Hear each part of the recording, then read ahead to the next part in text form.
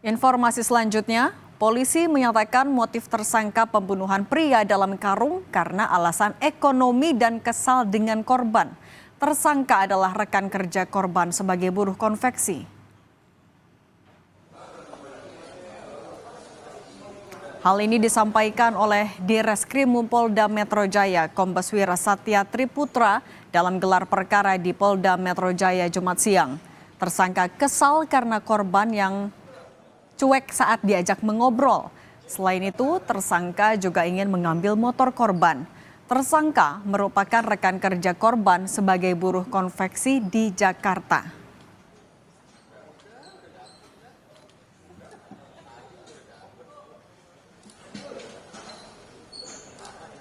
Tersangka merasa tersinggung karena korban merasa acuh ataupun mengacuhkan obrolan daripada tersangka.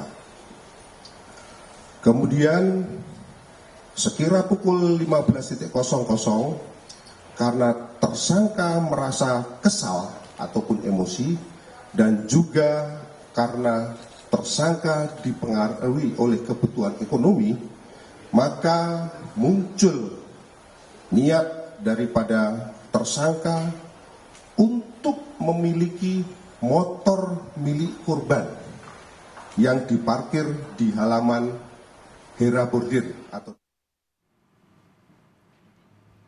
Sebelum gelar perkara, Subdit Jatan Ras Polda Metro Jaya sudah melakukan olah tempat kejadian perkara kasus pembunuhan pekerja konveksi yang jenazahnya ditemukan di dalam karung di bahu jalan Dan Mogot, Batu Ceper, Tangerang pada Jumat pagi.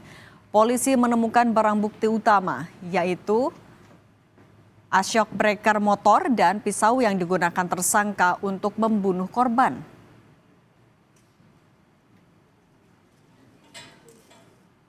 Di lokasi, kami menemukan beberapa bercak darah serta alat bukti berupa shock breaker, sepeda motor, dan pisau, serta karung, di mana karung di tempat eksekusi tersebut sama dengan tempat kejadian penemuan mayat. Olah TKP ini kami lakukan untuk mencocokkan keterangan dan barang bukti yang kami temukan. Untuk selanjutnya kami rangkai dalam rekonstruksi dan di dalam berkas perkara penyidikan kami. Polisi juga sudah mengamankan CCTV yang merekam pelaku. Dalam rekaman CCTV, tersangka berinisial N alias R menggunakan motor biru membawa jenazah korban dalam karung. Tersangka tertangkap CCTV Polda Metro Jaya dalam perjalanan usai membunuh korban di tempat kerja mereka di sebuah konveksi di kawasan Pesanggerahan, Jakarta Selatan. Jenazah kemudian ditemukan di sebuah got di Jalan Dan Mogot, Batu Ceper, Kota Tangerang, Banten.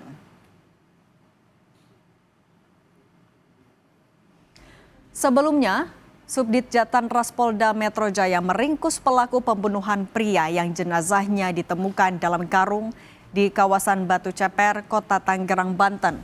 Pelaku berinisial N alias R ditangkap pada Rabu sore di sebuah rumah di Kelurahan Panunggangan Utara, Kota Tangerang. Ia kemudian menjalani serangkaian pemeriksaan di Subdit Jatan Ras Ditreskrimum Polda Metro Jaya.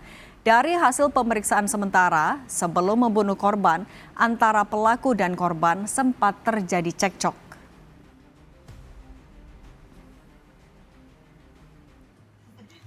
Membahas kasus pembunuhan pria dalam karung, sudah bergabung bersama kami di Kompas Petang, Kriminolog Universitas Indonesia, Prof. Adrianus Meliala. Prof. Adrianus, selamat petang. Selamat petang, Mbak Sidi. Prof, motif sudah diketahui, kesal dan juga ada alasan ekonomi. Apakah motif ini sebenarnya adalah sesuatu yang memang kerap mendorong pelaku untuk melakukan pembunuhan sesadis ini juga, Prof? Betul sekali. Jadi saya bisa menerima kalau yang bersangkutan memang melakukan suatu perbuatan fatal kepada yang bersangkutan. Lalu kemudian, tapi ada kemungkinan begini, bahwa walaupun sudah dibunuh karena sakit hati, tapi kemudian ada saja kasus di mana korban kemudian dikebumikan baik-baik, ya, atau ditinggalkan secara rapi begitu ya. Namun yang terjadi pada kasus ini adalah bahwa setelah dibunuh lalu kemudian dilakukan langkah-langkah untuk yang kita sebut sebagai degrading, ya, merendahkan dirinya atau melakukan dehumanisasi atas diri korban. Misalnya dengan cara memasukkannya ke dalam karung, lalu kemudian memasukkannya ke motor, dan kemudian lalu menjalankan motor tersebut untuk kemudian dibuang ke got, gitu ya. Jadi bayangkan betul-betul diturunkan derajatnya, bukan lagi sebagai manusia tapi sebagai, mohon maaf, sebagai hewan, gitu ya. Nah, tentang membuang dengan karung dan kemudian dalam motor sendiri, itu saya kira hal yang oke banget tuh ya secara ilmu, ya, dalam arti bahwa yang bersangkutan memang bekerja sejalan dengan psikologi pembunuh. Mengapa demikian? Karena masyarakat beranggapan begini, bahwa seorang pembunuh itu tentu tidak mau kelihatan hasil pembunuhannya, maka dia akan menyembunyikan korban yang dibunuh, dan kemudian lalu mengendap-endap sembunyi-sembunyi, gitu ya, tidak berani muncul dan seterusnya. Nah, inilah yang kemudian dia lawan ini. Dia muncul di jalan raya dengan motor korban, ya, sekaligus juga dengan karung berisi korban, begitu ya.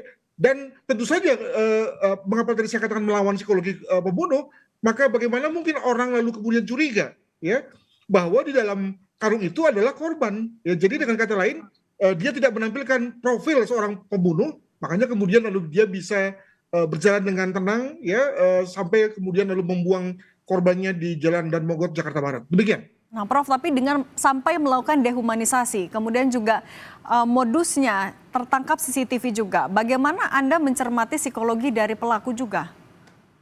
Nah, tentu saja semua kejahatan pasti ada celahnya, ya, pasti ada bolongnya, dan ketika itulah lalu kemudian lewat bolongnya itulah yang bersangkutan tertangkap. Jadi satu pihak dia memang sudah cerdas itu, ya, dengan bersikap biasa, terbuka, terang-terangan membawa karung, ya, dan semua orang tentu tidak akan mengira bahwa karung itu berisi manusia. Lalu kemudian dia tenang juga mengendarai, tapi ada yang dia lupa, bahwa sebetulnya ada CCTV yang merekamnya, dan CCTV itu lalu kemudian menjadi satu penyambung, ya, dari rangkaian peristiwa yang lain.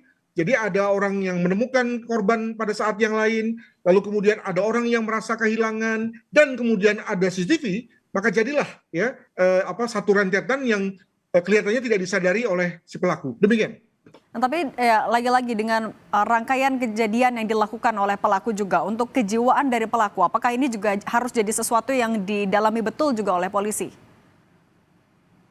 Ya boleh saja, namun saya menduga bahwa yang bersangkutan pertama memiliki kontrol diri yang kuat, ya, dengan kata lain dia tidak panik, malah kemudian bisa mengontrol dirinya dengan cara membuang korban secara tenang. Yang kedua juga cerdas, ya, dia tadi melawan psikologi pembunuh biasa, ya, yang umumnya takut, tegang, dan berusaha sembunyi, malah dia kemudian menunjukkan sesuatu yang sebaliknya. Dengan begitu lalu kemudian orang tidak curiga padanya. Dan yang ketiga, dia juga memiliki tilik tempat, ya, dengan kata lain dia bisa memilih-milih tempat untuk membuang korban, dia bisa menggunakan sepeda motor korban, dia juga bisa mencapai tempat itu dengan baik, dan itulah beberapa indikator bahwa yang bersangkutan sebetulnya sehat, ya, secara kejiwaan. Demikian. Prof, tapi dengan ketenangan yang seperti yang Anda sampaikan, ini bisa dibaca adalah sesuatu tindakan yang spontan atau justru sudah direncanakan? Oh, saya menduganya ini memang direncanakan ini, ya. Jadi mungkin sekali pada saat pembunuhannya sendiri itu cukup spontan, ya, dengan kata lain tidak dilakukan dengan misalnya mengadakan satu alat khusus, ya. Jadi saya menduga bahwa spatbor, ya, kalau nggak salah, yang dipakai sebagai alat pembunuh itu ada di sekitar mereka. Demikian juga pisau juga ada di sekitar mereka. Dengan kata lain, kalau kita memakai pendekatan pidana bahwa perencanaan itu adalah sesuatu tindakan yang memang dilakukan khusus untuk itu, gitu ya. Maka kelihatannya hal-hal yang menjadi pembunuh tadi itu ada di sekitar mereka. Tapi bagaimana dengan karung misalnya? Nah, jangan-jangan karung juga adalah sesuatu yang memang disediakan secara khusus oleh si pembunuh. Pada saat itu lalu kemudian dimensi perencanaan masuk. Demikian juga ketika yang bersangkutan itu memasukkan korban ke karung dan kemudian membawanya dengan sepeda motor, itu juga saya kira bagian dari perencanaan tuh, ya. Jadi agar kemudian orang tidak curiga, maka kemudian ya masukkan korban ke bawah motor dan dia jalankan, itu juga bagian dari perencanaannya. Dengan kata lain, maka kalau kemudian dalam hal ini kepolisian, kejaksaan mengenakan, ya, pasal-pasal pembunuhan berencana, ya saya kira bisa diterima. Demikian. Baik, Prof. Adrianus Meliala, terima kasih sudah berbagi di Kompas Petang. Sehat selalu.